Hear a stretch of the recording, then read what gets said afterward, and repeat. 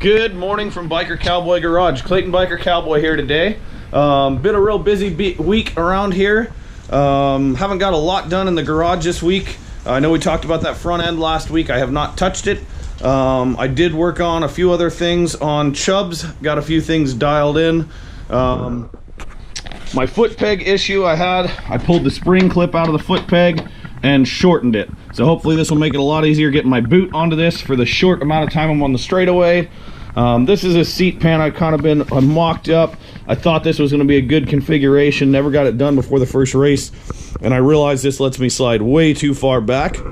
So I've got some foam and I'm going to mock this thing up and see kind of where I need to be sitting so my weight is right where I want it sliding into a corner. Last week I talked about my 1998 Sportster Sport. I kind of want to go over this bike. This is my favorite motorcycle I've ever owned.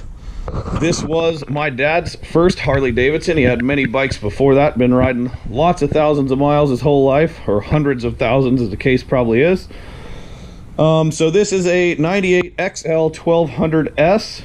In 1998, this was the fastest production Harley Davidson motorcycle. That's not saying much. In 1998, I was talking about drag racing wise. It ran somewhere in the 13-second range, which gets it done for a street bike. The S model came with a high performance motor, so you have different heads. You have a dual plug system, so you actually have two spark plugs in each head. Came with hotter cams, a little higher compression. This motor's a lot more like a Buell motor, but still seems to have more bottom end pull than the Buell does. Buell's right there. The XL 1200S also came with a fully adjustable Showa front end. So I've got preload adjust, dampening adjust, and rebound adjust on this front end. It's an awesome front fork setup. It's been rebuilt a couple times, and I have everything ordered. It's going to get rebuilt again here shortly this winter. The XL 1200S also comes with dual disc brakes, so you have fantastic braking on this. It's much more like a sport bike than a Sportster. You kind of one finger the front brake. As far as my setup on this bike's been through a lot of different transitions. Currently I am running Burley MX bars that are tall. I have a 4.5-inch riser underneath. The S model does come with a tack and a speedo. You can see my phone mount hidden in here. That gets used for navigation. I have my mirrors flipped. I can see a lot better with my arms being raised up on the bars. I'm running Memphis Shades handguards, help keep me warm and dry in the rainy, shitty months. This is a Memphis Shades gauntlet windscreen with a laminar lip added to the top of it. Great fairing, great lip, makes a big difference. That extra few inches makes a huge difference when you're out riding, especially in rain and stuff like that. Now Memphis Shades makes the Road Warrior fairing, which everything comes in one piece and you can order your windscreen, which is awesome. But anyways, I had this set up before that was out. I have the Moons MC Fly Eye headlight. This thing is wicked bright. I started with a Harley Daymaker, then I went to a Moonmaker 2, which was a fantastic light, a little better than the Harley one, and now I'm running this Fly Eye by Moons, and it is wicked bright. I have LED drop-ins in my turn signal. I stuck with the amber, so they're kind of old school looking but super bright. Shinko 777 tires. I am a huge fan of Shinko tires. If you know me, you know that. These have over 3,000 miles on them, and they look darn near like new. My last set of, I guess we'll call it expensive brand performance Harley tires, were completely shredded, torn, and split by under 5,000 miles, so I wasn't real impressed. Was a good learning curve though. So back to the Shinkos. Going to stay with Shinkos. That's what I have on the race bike. That's what everything has here at BikerCowboy Garage.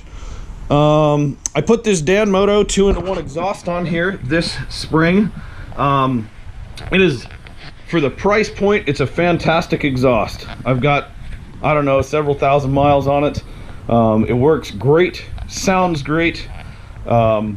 moved the power band up a little over a 2-into-2 with a crossover, but that's to be expected. Performs fantastically. The price point on these Danmoto pipes is super inexpensive. You can see, I don't know if you can see it in the video, but there's some imperfections in here if you're really looking close. So it's not a show quality pipe, there's no doubt about that. But as far as functionality and something that rides every day in the rain, in the dirt, and you want to work well for a really reasonable price, it's fantastic. Rear shocks are 15-inch Burley stilettos. Those have been on there about a season, and they're starting to go away. Lots of jumping and stuff there, so I have some new shocks on order. So, new things that are going to happen to this bike. I have Race Tech springs and a full rebuild kit for the front end there. I have progressive 14.25-inch shocks. Like these 15s are a little bit much. If anybody has questions about 15s, hit me up, shoot me a message. They're not a direct bolt-on, and then you're kind of messing with your steering head angle of fighting a high-speed wobble, which I have been off and on chasing it around. Biggest thing I found was rear swing arm bearings were bad. I've never had that happen to me before, but they had like a ton of play in them. That made a big difference. So new front suspension, new rear suspension. I picked this Evolution Diamond Series Terminator clutch up from a buddy for a great price. It's time to service the bike anyway, so we're going to do a service. New clutch, new rear suspension, new front suspension. And that's about what we're going to do for now. You can see as we come around the back here, I've got the Moons MC taillight. It has integrated turn signals left and right. It works real well. This is a homemade Sissy Bar from Big Dog Al's machine shop down there in Colorado. So this is actually a compression ring out of a big high pressure pipe fitting from years ago when I worked in the oil field. So this was in the junk pile, so he welded that in and then put these struts on it. I've got a couple different Sissy Bars he made me. Big thing is, my Sissy Bar is my trunk. I haul wheels and tires and exhaust systems and Costco shopping and everything else you can imagine on my Sissy Bar. So it's an important part of my life, having a Sissy Bar to haul shit. So that is a good quick overview of the Sportster Sport. Big Dog Al flies in this week. I'm excited for that. I can't wait to see him. So he'll be here. We'll be right back here next Monday with Big Dog Al. Some stories about racing. We're headed to the track this Saturday, the 17th at Salem Indoor. So I'm super excited about that. That's really what I got for y'all this week. It's brisk November blustery day, but the roads are dry, so I'm gonna try and get in a ride. Got a lot of other stuff to do around the house today, but gotta get a ride in. And everybody enjoy your week. Have a great week. Tune back in here at Biker Cowboy Garage next Monday. Every Monday we'll be here live, so come see us. Biker Cowboy Garage. Thank you for tuning in. We'll see y'all next week.